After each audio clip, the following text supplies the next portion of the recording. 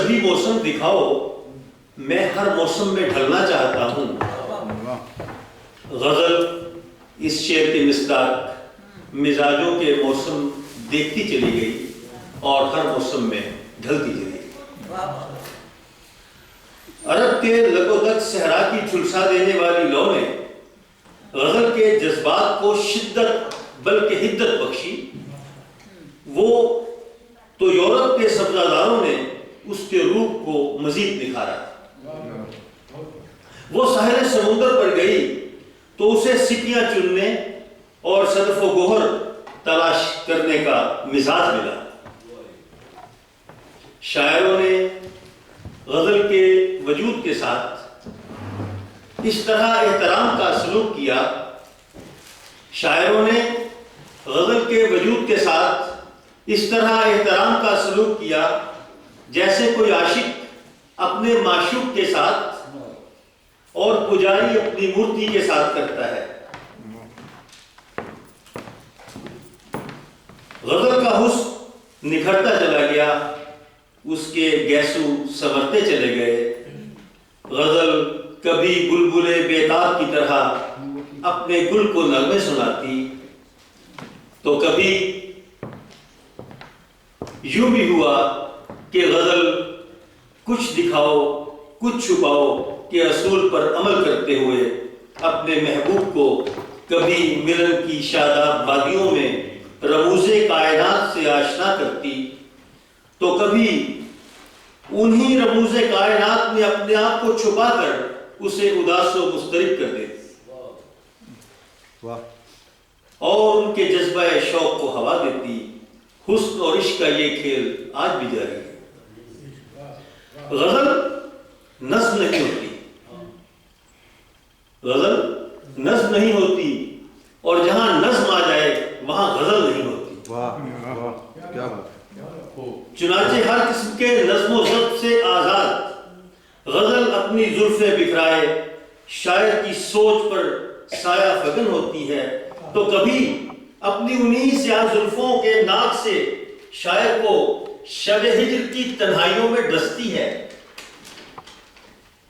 اس کی آنکھوں میں شرارے بھی ہیں، اس کی آنکھوں میں انگارے بھی ہیں، اس کی آنکھوں میں دلکش نظارے بھی ہیں، اس کی آنکھوں میں تابناک ستارے بھی ہیں، اس کی آنکھوں میں ماہپارے بھی ہیں۔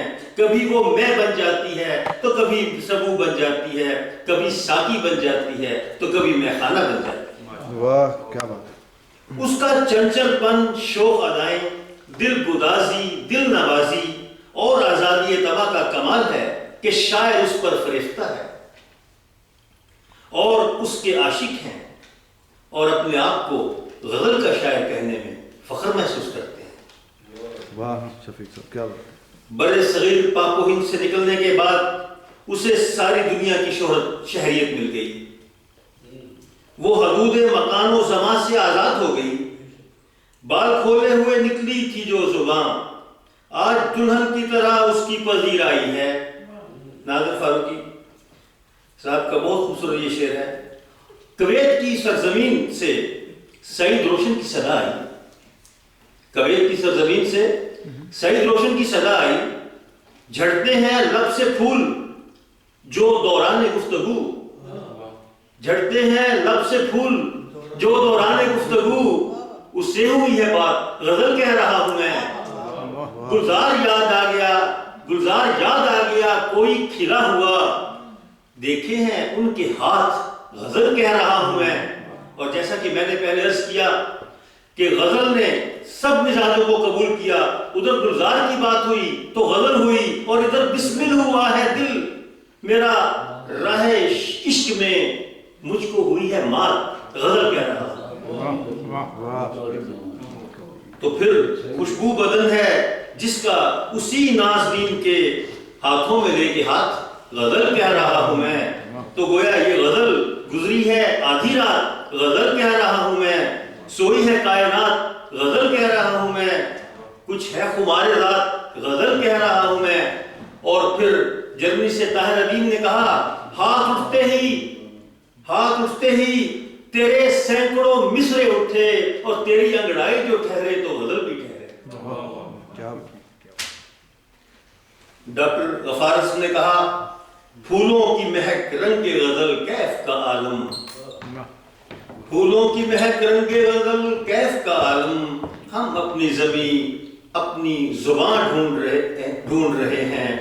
اور میں نے کہا کہ کبھی الفاظ بن کر وہ میرے اشعار میں اترے، کبھی بن کر غزل ہم اس حسین پیکر میں رہتے ہیں۔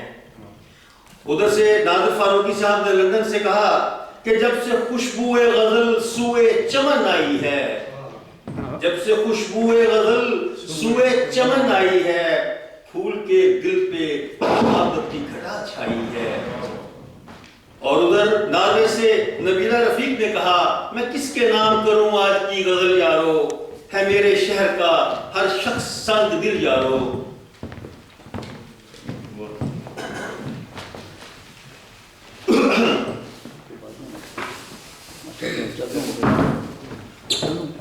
غزل کبھی قید ہوئی تو پنجرا توڑ کر آزاد ہو گئی،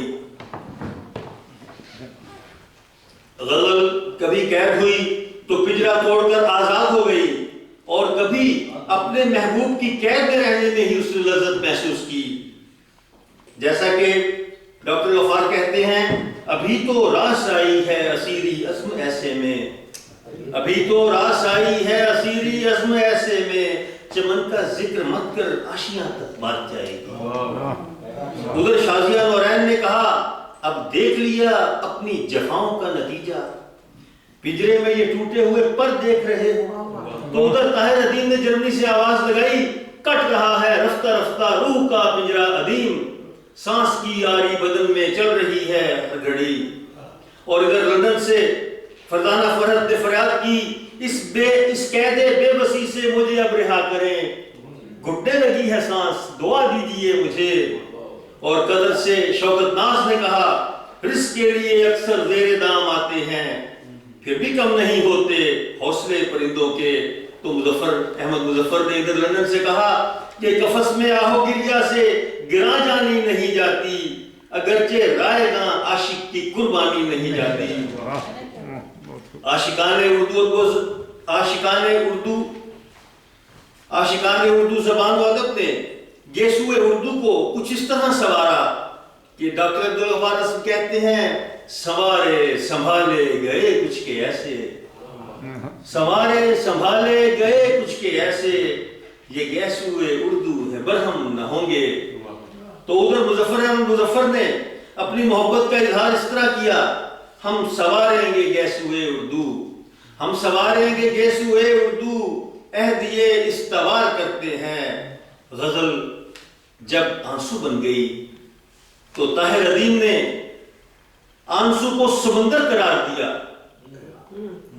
غزل جب آنسو بن گئی تو طاہر الدین نے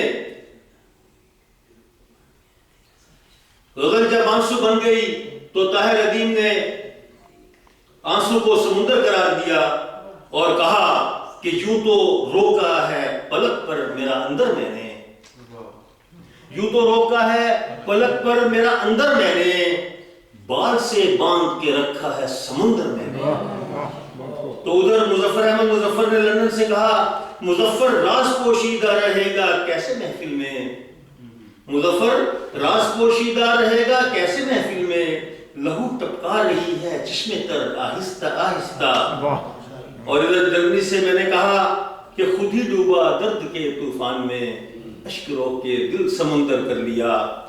اور پھر ایک میرا یہ شعر ہے کہ تیرے آنسو پر میرا آنسو گرا، تیرے آنسو پر امان اللہ صاحب اور کیجئے گا جناب حضور، تیرے آنسو پر میرا آنسو گرا، اشک پھر اشک مسلسل ہو گئے۔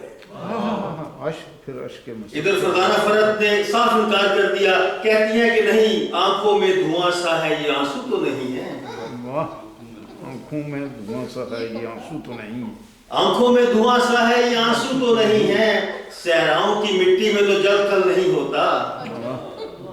بہت خوب۔ ادھر فرزانہ خان دینا نے نوٹیکم سے کہا بام و در میں تیرے اشکوں سے فروزاں جانا، بام و در میں تیرے اشکوں سے فروزاں جانا، گھر میں اچھا نہیں اس درجہ چرانا جانا۔ تو ادھر احسان سہگل کہتے ہیں بوجھ لہجوں کا اٹھا لیتے ہیں ہم، بوجھ لہجوں کا اٹھا لیتے ہیں ہم، چپکے سے آنسو بہا لیتے ہیں ہم۔ تو یہ غزل کبھی خواب بن گئی تو فرزانہ فرحت میں تحلیل ہو گئی، وہ خوابوں کی شاعرہ کہلائی اور کہا کہ میں نے تو کھلی آنکھ سے دیکھے ہیں بہت خواب، کیوں نیند میں سپنا کوئی سندر نہیں دیکھا۔ اور پھر کہتی ہیں کہ میرے خواب خواب ہیں راستے ہیں عجب شراب کے سلسلے، میرے خواب خواب ہیں راستے ہیں عجب شراب کے سلسلے، میرے دل میں خواب ہیں سو رہے تو نظر میں خواب ہیں جاگتے۔ ادھر سے کینیڈا سے تسلیم لاہی زلفی نے کہا جو خواب دیکھے گئے ہیں ابھی تک میں ان کی تعبیر دیکھتا ہوں، جو خواب دیکھے گئے ہیں اب تک میں ان کی تعبیر دیکھتا ہوں، کتابیں جا کے ورق ورق پر لہو کی تحریر دیکھتا ہوں۔ ادھر سبینہ سحر نے لندن سے کہا میرے تو خواب بھی مشروط تیری نیند سے ہیں، میرے تو خواب بھی مشروط تیری نیند سے ہیں، کسی کی آنکھ میں سپنے بنوں خدا نہ کرے۔ تو ادھر سے میں نے کہا کہ کبھی وہ آ کے مجھے خواب میں ستاتے ہیں، کبھی وہ آ کے مجھے خواب میں ستاتے ہیں، کبھی سجاتے ہیں وہ میرے خواب پلکوں میں۔ اور پھر اگلا میرا یہ شعر ہے کہ خدا را، اگلا شعر ہے کہ مجھے تم اپنے خوابوں سے نکالو، مجھے تم اپنے خوابوں سے نکالو، مجھے تم اپنے خوابوں سے نکالو، میرا دم گھٹ رہا ہے مر رہا ہوں، مجھے تم اپنے خوابوں سے نکالو، میرا دم گھٹ رہا ہے مر رہا ہوں۔ غزل عشق بن گئی تو الماس شبی نے امریکہ سے کہا عشق وظیفہ پاس ہے میرے جس کو چاہوں پاگل کر دوں، عشق وظیفہ پاس ہے میرے جس کو چاہوں پاگل کر دوں۔ اور سبینہ سحر نے لندن سے کہا عاشقی جب سنوارتی ہے مجھے، زندگی تب نکھارتی ہے مجھے۔ جب یہ نظم نصیب سحر بن گئی تو زہرہ نسیم نے کہا میں نصیب صبح ہوں رونا میرا شیوا نہیں، کون سے گل میں تیرا ہنستا ہوا چہرہ نہیں۔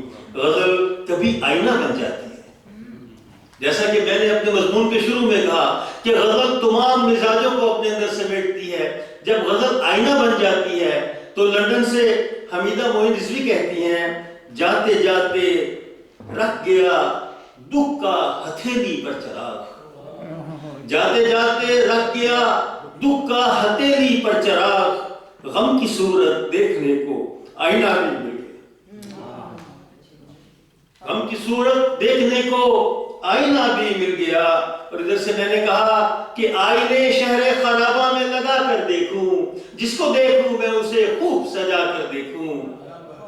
اور اسی طرح میرا ایک اور شعر ہے کہ حسن رفتہ کی جھلک، حسن رفتہ کی جھلک مجھ کو دکھاؤ جب کہا، حسن رفتہ کی جھلک مجھ کو دکھاؤ جب کہا، ٹوٹ کر پاؤں میں میرے آ گرا تھا آئینہ۔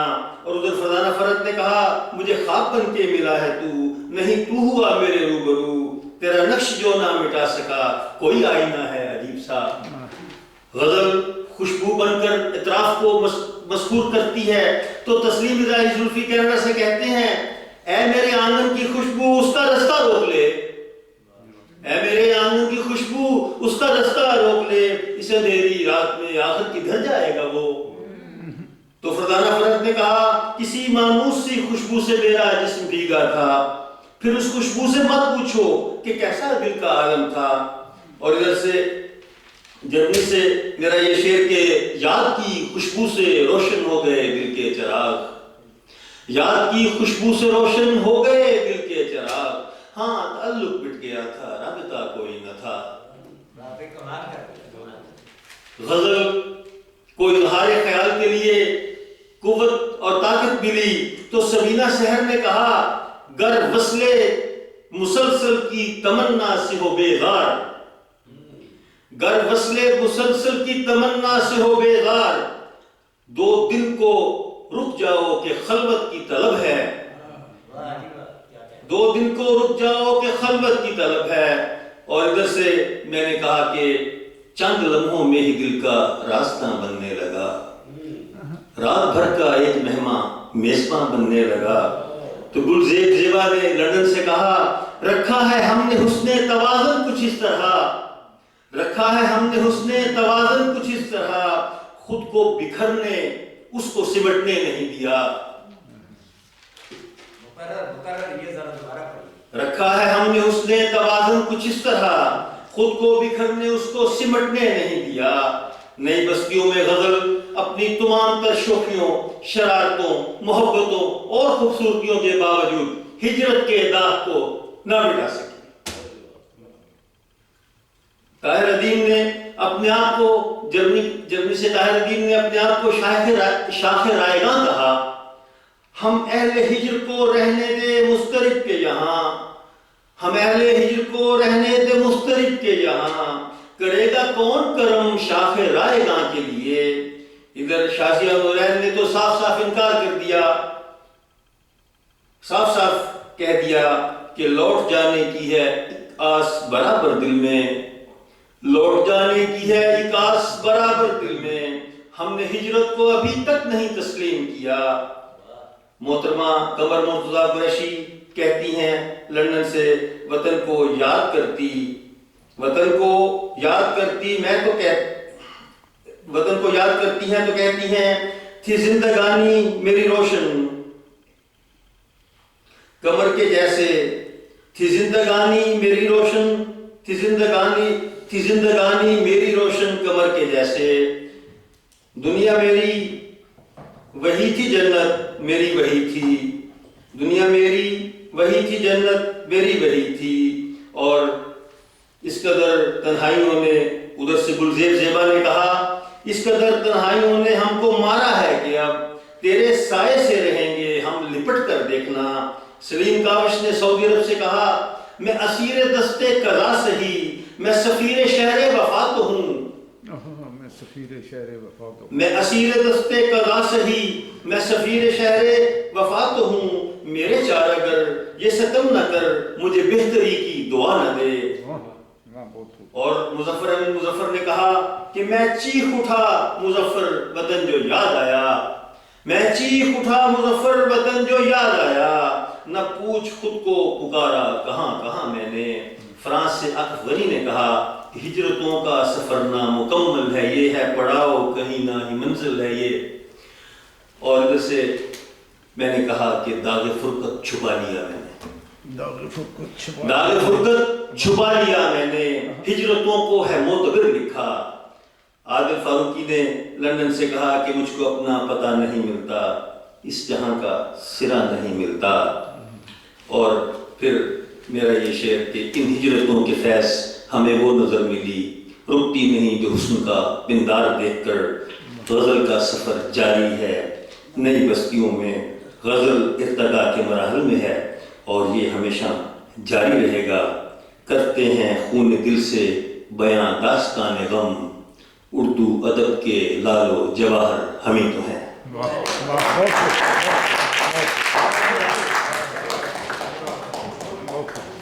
کمال کر دیا، کافی محنت کی آپ، بہت ہی پیارے انداز میں جناب شفیق اللہ صاحب نے اپنا مضمون پیش کیا۔ آپ میں سے اگر کسی کی یہ انگوٹھی ہو پڑی ملی ہے، کسی خاتون کی ہے بندے کی ہے؟ خاتون کی لگتی ہے بھی خاتون کی، بندہ کو پہن لے پتہ ہے آج کا شوق اس طرح ہے۔ جو خاتون اوپر گئی ہیں وہ ان کی تو نہیں کسی کی، سب کو دکھا دیا قریب ہے سے۔ زنانہ ہیں؟ ہے، زنانہ ہے، کسی خاتون کی ہے۔ قریب سے دیکھیں تو پتہ چلے گا۔ چلیں اب میں رحیم اللہ شاہ صاحب سے گزارش کروں گا کہ وہ تشریف لائیں۔ آپ کے پاس ہے رحیم صاحب کوئی؟ ہاں پلیز تشریف لائیں جناب۔ اور تو دیکھیں آپ کسی نہیں قریب سے دیکھے نا پتہ چلا آپ نے آپ کی میرے لگتا ہے دیکھنا بہت سی ہاں کسی نے دکھا قریب سے آپ نے کسی کو کتنے بجے دیکھی تو دکھا